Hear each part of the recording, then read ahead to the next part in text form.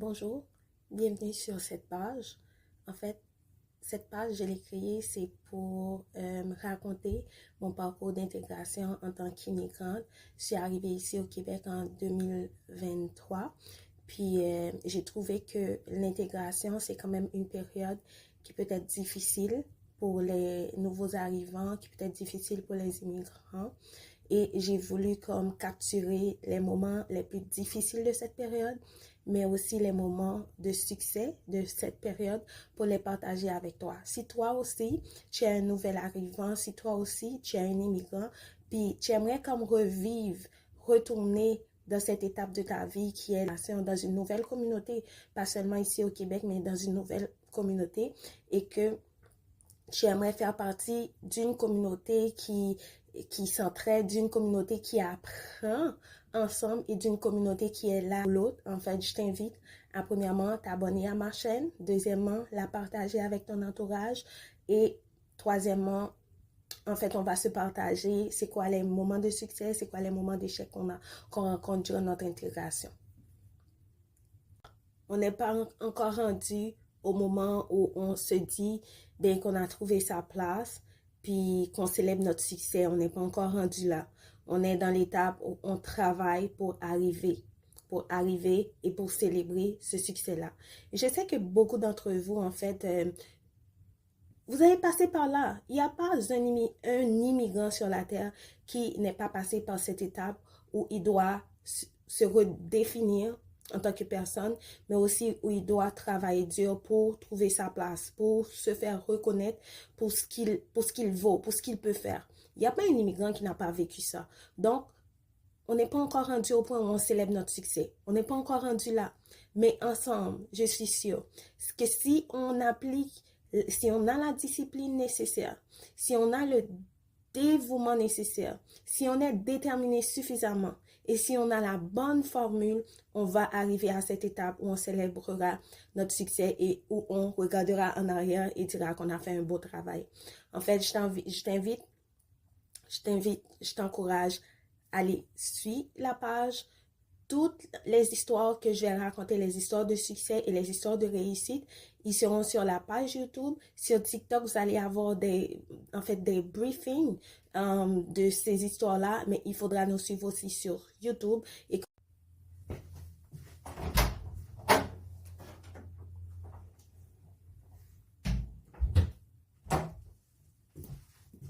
OK, donc aujourd'hui, c'est jour 2 après mon échec à l'examen d'habilité clinique hier. En fait, hier, je pense que je n'ai pas réussi je n'ai pas réussi mon examen d'habilité clinique. Puis c'est quand même, je peux dire que c'est quand même la 3e fois que ça m'est arrivé. Les 2 premières fois, en fait, lors des 2 premiers examens d'habilité clinique, en fait, je n'avais pas vraiment besoin de dextérité. C'était des tâches que je pouvais faire, même si j'étais sous l'effet du stress. Je pouvais les faire sans dextérité. Mais hier, en fait, en examen que j'ai eu, je devais avoir de la dextérité. Je devais être capable de maîtriser mon stress et de ne pas trembler. Malheureusement, comme je l'ai raconté dans l'histoire précédente, dès que j'arrive devant la porte, je commence à stresser. Malgré les techniques de respiration que j'ai faites, ça n'a pas marché. Quand je suis rentrée dans la salle, dans la chambre, où normalement il y a un mannequin à droite, il y a la tutrice en face, puis il y a une table où il y a tous les matériels, puis une table où il faut faire les préparations. Ben, j'ai été prendre tous mes matériels, tout était correct. Puis quand il fallait comme prélever le médicament, et il y avait un bris de sécurité que j'ai rapidement identifié, que j'ai essayé de corriger. Puis par la suite, il y avait un deuxième bris de sécurité. Et c'est là que je me suis rendu compte qu'il fallait tout recommencer le processus et je n'avais que 7 minutes pour réaliser et pour faire, en fait, et la préparation du médicament et l'administration du médicament. Donc, et j'étais encore à l'étape de préparation de médicament, donc je pense que j'ai échoué mon examen. Hier, j'étais vraiment dans un mood où j'étais comme, OK, je pense qu'ils m'ont pas donné assez de temps. Je pense que un type d'examen comme ça. Pourquoi juste donner 7 minutes alors qu'ils savent que nous sommes des étudiants. En fait, c'est la première fois qu'on a été en contact avec cette pratique-là. On l'a fait en fait en simulation. On l'a quand même fait 2 fois en simulation. Moi aussi, personnellement, j'ai travaillé à la maison, j'ai pratiqué, puis j'ai eu l'aide de mon mari, j'ai essayé de pratiquer, mais malheureusement, à l'examen, il y avait le facteur stress que j'avais pas. Lors de mes simulations, il y avait le facteur stress que j'avais pas lorsque je pratiquais à la maison. Et ce facteur, en fait, il a joué un grand rôle dans mon échec. Donc hier, j'étais en mode, je pense que ils sont responsables. Ils sont responsables de mon échec parce qu'ils m'ont pas donné assez de dents. Ils sont responsables de mon échec parce qu'ils ont mis une tutrice juste devant moi qui me stresse encore plus. Ils sont responsables de mon échec parce que, ben, on n'a pas suffisamment pratiqué à l'école, tout ça. Puis, hier soir, j'étais encore dans ce monde, puis je me fâchais contre mon conjoint, contre mon mari, quand il est venu, quand il est arrivé, parce que normalement, après l'examen, j'étais tellement comme terrorisée, puis je l'ai appelé au téléphone pour lui dire, oh, mal. Et puis, en plus, la veille, j'y avais dit, oh, choisis au hasard une technique que je dois faire, puis je vais le faire devant toi. Il a choisi exactement la technique qu'on m'a donnée à l'examen. Il a choisi la technique qu'on m'a donnée à l'examen. Donc, il a joué son rôle. Mais hier, j'étais dans ce mood-là où il fallait trouver un coupable et le coupable n'était pas moi. Puis, c'est l'objectif de cette vidéo aujourd'hui. L'objectif de cette vidéo aujourd'hui, c'est de te dire, prends la responsabilité de tes échecs.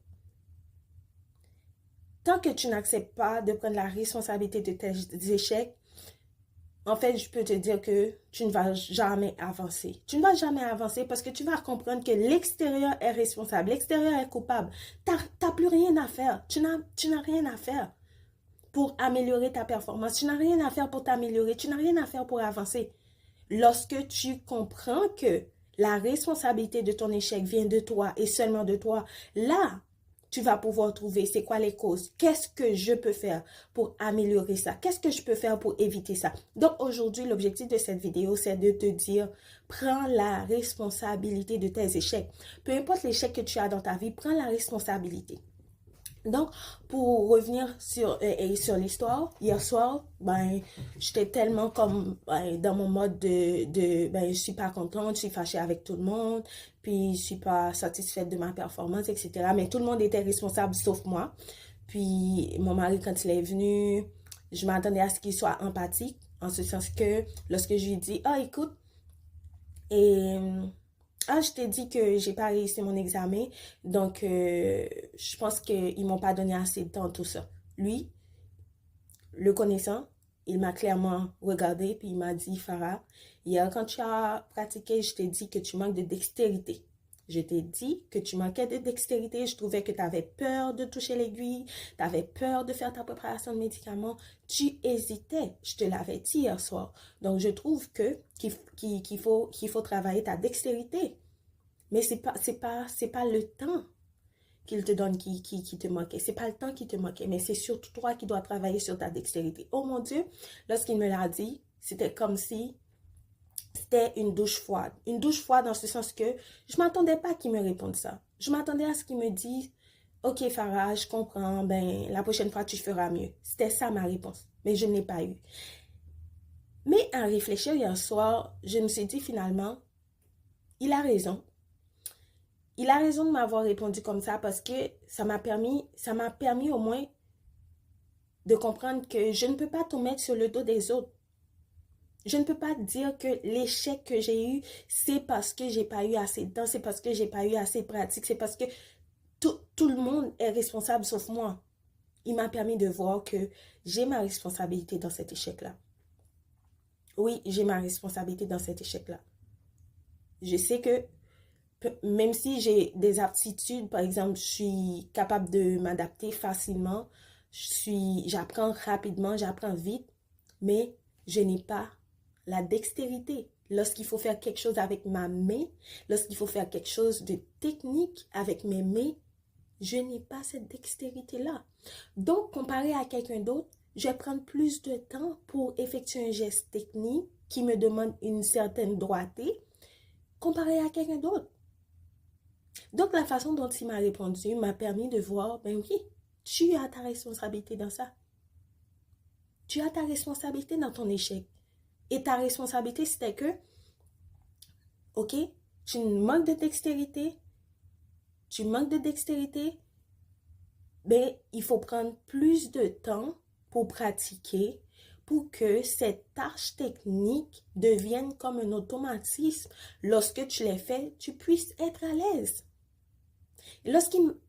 À bien réfléchir hier soir aussi, je me suis rappelé que ben, j'étais quelqu'un qui, en fait, vers l'âge de 4 ans, j'ai été hospitalisée. Je pense que j'avais une longue période d'hospitalisation. Puis à la suite de cette hospitalisation, je pense que j'avais une peur des aiguilles. Je ne suis pas quelqu'un qui va être à l'aise avec le sang et des plaies.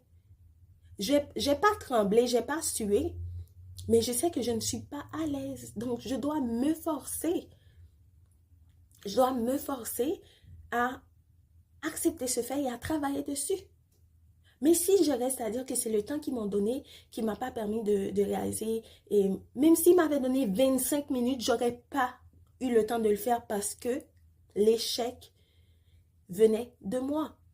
Ça venait de moi de pratiquer suffisamment pour avoir la dextérité, pour être à l'aise à ouvrir comme à déballer une aiguille, pour être à l'aise pour déballer une seringue. Donc, la responsabilité vient de moi de m'allouer plus de temps de pratique avant de dire que j'ai pas eu assez de temps. Et c'est ça que je t'invite à faire. Dans ton processus d'intégration ici, c'est quoi le lien? C'est quoi le lien entre cette vidéo qui parle de mon échec, puis de l'acceptation de la responsabilité de mon échec et l'intégration? Mais le lien, il est là. Quand tu es un immigrant, puis tu as fait un choix de venir dans un pays, soit tu es venu avec une résidence, soit tu es venu avec un statut temporaire, soit tu es venu avec un statut de réfugié, je ne sais pas. Il faut prendre la responsabilité de ton choix. Il faut arrêter de dire que tu as tout laissé dans ton pays parce que. Il faut prendre la responsabilité de ton choix. C'est un choix. Et cette responsabilité, lorsque tu le prends, lorsque tu acceptes de dire, ben ok, j'ai pris ce chemin, j'ai pris cette route, j'ai immigré parce que je voulais offrir de meilleures opportunités à mes enfants. Et c'est de ma responsabilité de m'assurer à ce qu'ils aient toutes leurs chances. Ben, lorsque tu acceptes ça comme responsabilité, je t'assure que tu vas travailler pour te sortir. Mais lorsque tu dis que c'est le pays qui me met dans cette situation, c'est à cause de la crise politique, c'est à cause de la malnutrition qu'il y a, c'est à cause des difficultés qu'il n'y a pas de travail, assez de boulot, c'est pour ça que je suis dans cette situation, mais tu vas continuer à vivre dans le passé. Alors que tu as un présent et un futur qui est juste devant toi. Et c'est ça le lien. Le lien entre ma vidéo d'échec à mon examen d'habilité clinique, mon étape de déni, premièrement, hier que j'ai eu, plus deuxièmement, mon étape d'acceptation de mon échec, c'est 2 étapes de ma vie, c'est 2 étapes de la vie d'un immigrant. Premièrement, tu as choisi d'immigrer. Peu importe les circonstances, peu importe les raisons, peu importe les difficultés que tu vas rencontrer dans ce processus, premièrement, tu as choisi de ce chemin-là. Maintenant, tu peux être dans le déni, mais tu ne peux pas rester dans le déni. Tu ne peux pas rester dans le déni à dire que c'est à cause des situations de ton pays que tu as immigré. Non, tu as immigré parce que tu as fait le choix d'immigrer. Maintenant, si tu as fait le choix d'immigrer, tu dois te lever et faire le choix aussi de t'intégrer et de réussir. En fait, c'est mon message. Comme à la fin de ma réflexion hier soir, je me suis dit, écoute, tu as fait le choix de faire ce bac. Tu ne vas pas mettre tous tes échecs sur le dos d'autrui. Tu dois prendre la responsabilité de tes échecs. Tu vas travailler dessus pour réussir. Mon objectif, c'est d'avoir des A+, des B+, dans mon programme de bac. Ok, c'est juste un test de 15%. Ce test de 15% que tu n'as pas réussi ne t'empêchera pas d'avoir ton B+. Si tu travailles, si tu acceptes ta responsabilité de travailler, de t'améliorer, d'améliorer ta dextérité, puis de faire mieux dans ton prochain test. Ben, en tant qu'immigrant, c'est ce travail-là que je t'encourage à faire. Prends la responsabilité du fait que tu as choisi d'immigrer. Prends cette responsabilité. Lorsque tu as choisi d'immigrer, tu savais que tu n'allais pas rapidement intégrer le marché du travail avec le titre que tu avais chez toi. Tu le savais. C'est pas une surprise lorsque tu arrives ici, puis on te dit non, ton diplôme il n'est pas reconnu, soit que tu fasses un programme de qualification, soit que tu retournes à l'école. Tu le savais, mais tu as fait le choix.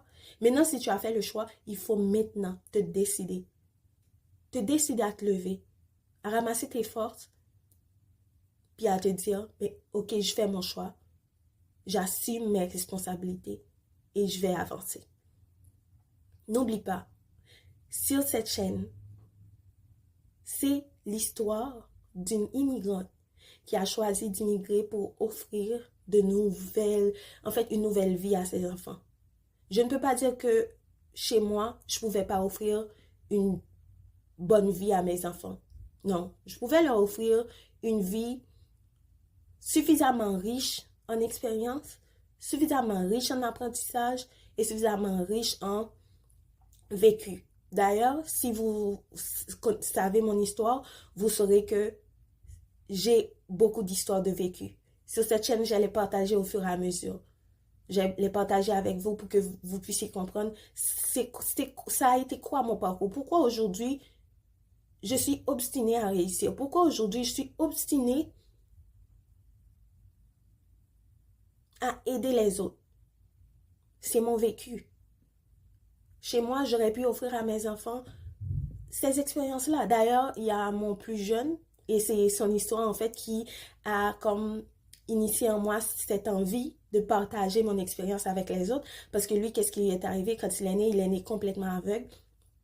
Puis avec une condition très très rare, ben le ratio dans le monde, c'est vraiment vrai, vraiment 1 sur 1 million, comme ils disent. Puis j'ai dû prendre mon courage à deux mains, 2 ou 3 jours après l'accouchement, pour aller voir un médecin, premièrement, mais pour prendre mon enfant par la suite dans les 2 semaines qui suivent pour partir aux États-Unis avec lui, seul, de chez moi, pour rentrer aux États-Unis pour qu'il ait tous les soins nécessaires, sans assurance. Seul. Mais mon mari, lui, il était resté, puis j'avais son support quand même à distance, son support financier, son support émotionnel. Mais j'ai pris mon courage et c'est cette expérience qui a mis en moi ce désir d'aider. C'est pour ça que je t'invite. Allez, abonne-toi. Abonne-toi à cette page parce que tu vas apprendre beaucoup de choses. Tu vas apprendre des expériences qui vont t'aider à comprendre que c'est nous autres qui décidons ce que nous voulons être. Et il n'y a pas d'âge pour se décider à être ce qu'on a toujours rêvé d'être. Je t'invite, partage cette vidéo avec quelqu'un d'autre. Puis je t'invite aussi à liker la vidéo, commenter-la. Dans cette communauté, tu trouveras ce dont tu as besoin pour puiser ta force pour continuer d'avancer. Allez, likez, partagez et commentez.